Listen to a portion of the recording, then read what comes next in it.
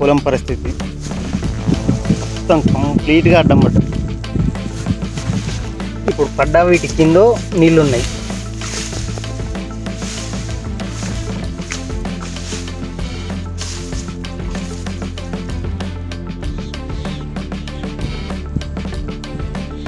ఈ ధర్మసాగర్ నుండి దేవునూరుకు వచ్చే రోడ్డు.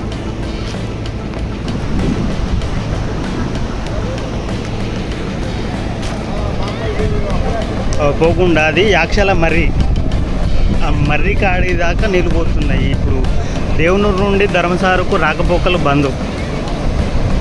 కేవలం ఆ రిజర్వాయర్ ఆ గేట్లు ఎత్తడం వల్ల వాటర్ ఫ్లో ఇంత రావడం వల్ల ఇప్పుడు ఆ చివల్ల కొంతమంది ఉన్నారు.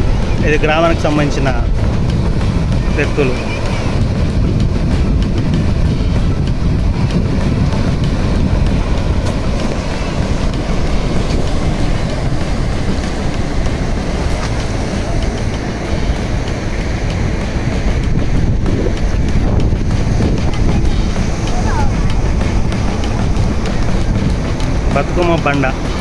బతుకమ్మ బండకు కొద్ది దూరం లోతుతోటి నీళ్లు పోతుంది.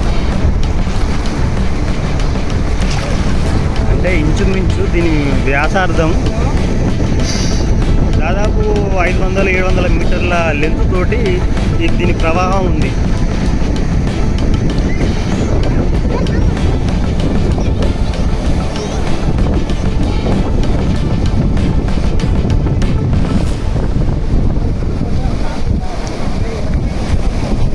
బ్లాక్ అయింది.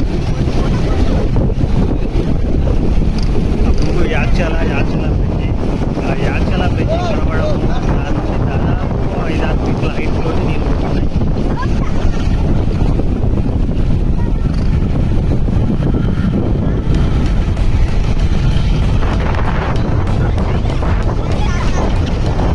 గతంలో కూడా ఇంతగానం ఎప్పుడు రాలేదు. ఇంత వ్యాసార్థంతో ఎప్పుడు ప్రవాహం జరగలేదు.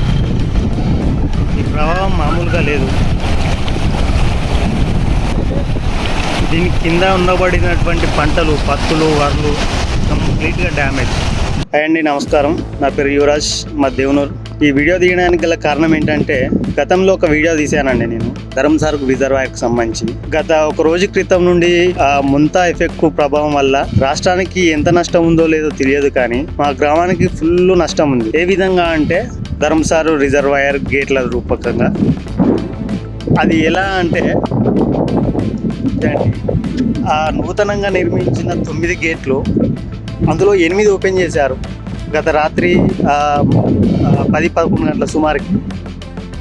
అన్నీ ఏకకాలంలో వదలడం వల్ల ఆ వాటర్ ఫ్లో అనేది చాలా విపరీతంగా పెరిగి చుట్టుపక్కల ఉన్న చుట్టుపక్కలకి నష్టం వాటిల్లే విధంగా అటు ధర్మసాగర్ రిజర్వాయర్ గేట్ల నుండి వయా నెల్లూరు చెరువు ఆ కింది కాలం నుండి పోవడం జరుగుతుంది. తద్వారా దానికి సంబంధించిన చుట్టుపక్కల రైతులందరికీ చాలా నష్టం జరుగుతుంది. అది మామూలు నష్టం కాదు. పంట పండించి 6 కాలం కష్టపడి 6 గంటలలో నాశనం అవుతుంది. ఇప్పుడు దాని ప్రభావము, దాని రైతుల కోస అనేది మామూలుగా లేదు. దీనికి గల కారణం ఈ ధర్మసాగర్ రిజర్వాయరే. కేవలం ధర్మసాగర్ రిజర్వాయర్ మాత్రమే. అంటే దాని అర్థం రిజర్వాయర్కు మేము అడ్డు కాదు, దాని అభివృద్ధికి అడ్డు కాదు. కాకపోతే నూతనంగా నిర్మించిన గేట్లకి వాటి నుండి వచ్చే ఫ్లోకి ఆ కెనాల్ అనేది నిర్మించలేదు. చాలా అంటే చాలా నష్టం జరుగుతుంది. దాదాపు 12 గంటల వర్షానికి ఈ ఫ్లో కనుక ఖచ్చితంగా ఒక 2 రోజులు 3 రోజులు కనుక ఇలానే జరిగితే ఆ దేవునూరు చెరువు అనేది కంప్లీట్గా ఉండదు. ఆ కట్ట ఉండదు. ఆ దేవునూరు గ్రామము, ఆ కింది పక్క గ్రామాలు, సోమదేరపల్లి, మడిపల్లి, ఈ గ్రామాలు ఏ ఒక్కటి కూడా ఉండదు. ఇప్పటిదాకా జరిగిన నష్టం కేవలం పంటలకు మాత్రమే. కాకపోతే ఇది ఇట్లనే కంటిన్యూ అయితే పంటలకే కాదు, మనుషులకు కూడా పంటలు ఏ విధంగా అయితే కొట్టుకుపోతా అంటే మనుషులు చూసుకుంటూ ఉండడం జరుగుతుందో, ఇది ఇట్లనే ఫ్లో ఎక్కువ అయితే మనుషులు కూడా పోతా అంటే చూసుకుంటూ ఉండడం తప్ప వేరే చేయాల్సిన పరిస్థితి ఏం లేదు. దీని అంతటికీ కారణము గేట్లు. ఆ గేట్లు నిర్మించిన సంతోషం, కానీ గేట్ల ద్వారా పోయే కాలువ అనేది సరిగా నిర్మించలేదు. సరిగా కాదు, అసలు నిర్మించలేదు. గతంలో పాత కాలువ దేవనూరుకు సంబంధించిన చెరువులో నీళ్లు ఎక్కువైతే పోవడానికి మత్తడి ద్వారా పోయే కాలువ మాత్రమే ఉంది. కానీ ఈ 9 గేట్ల ద్వారా వచ్చే నీళ్ళు పోవడానికి ఆ కాలువ నిర్మించలేదు, కొత్తగా ఏం చేయలేదు. ఇప్పుడు దీనివల్ల చాలా నష్టం జరుగుతుంది. నేను చెప్పేది ఒకటే అండి, రిజర్వాయర్ అభివృద్ధి, దీనివల్ల చాలా లాభాలు ఉన్నాయి. ఉమ్మడి ట్రై సిటీ ఏది వరంగల్, కాజిపేట, హన్మకొండకు సంబంధించిన అన్ని పట్టణాలకు ఇక్కడ నుండే వాటర్ వెళ్తాయి. దీనివల్ల చాలా లాభాలు ఉన్నాయి, కాదంటలేను. కాకపోతే ఇట్లాంటి ఫ్లడ్స్ టైంలో ఏకకాలంలో ఇన్ని గేట్లు వదలడం వల్ల మా గ్రామానికి మాత్రం తీరని లోటు, నష్టం, మామూలు నష్టం కాదు, పంట నష్టము, జంతు నష్టము, ఇది ఇలానే కంటిన్యూ అవుతుంది. గతంలో 12 గంటల వర్షానికి ఈ ఫ్లో ఇట్లనే ఒక 2 రోజులు 3 రోజులు కనుక ఉంటే పంట నష్టమే కాదు, మానవ నష్టం కూడా జరగబోయే అవకాశం కూడా ఉంది. కాబట్టి ఖచ్చితంగా దీనిపైన తగు చర్యలు తీసుకోవాలి. ఈ రాజకీయాలకు అతీతంగా రాజకీయ నాయకులు కూడా ఇందులో ఇన్వాల్వ్ కావాలి. అధికారులు కూడా దీన్ని దృష్టిలో పెట్టుకొని దీనికి సంబంధించిన తగు చర్యలు చేయాలని వారికి సూచిస్తున్నా.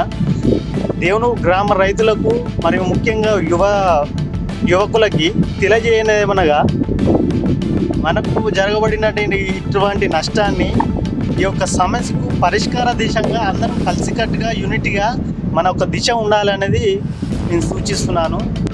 అధికారులు కూడా ఎప్పటికప్పుడు అప్రమత్తమై ఏకకాలంలో అన్నీ వదలకుండా ఒక గేటు లేదా 2 గేట్లు కంటిన్యూషన్గా వదిలితే మాత్రం ఇంత నష్టం ఉండకపోవు.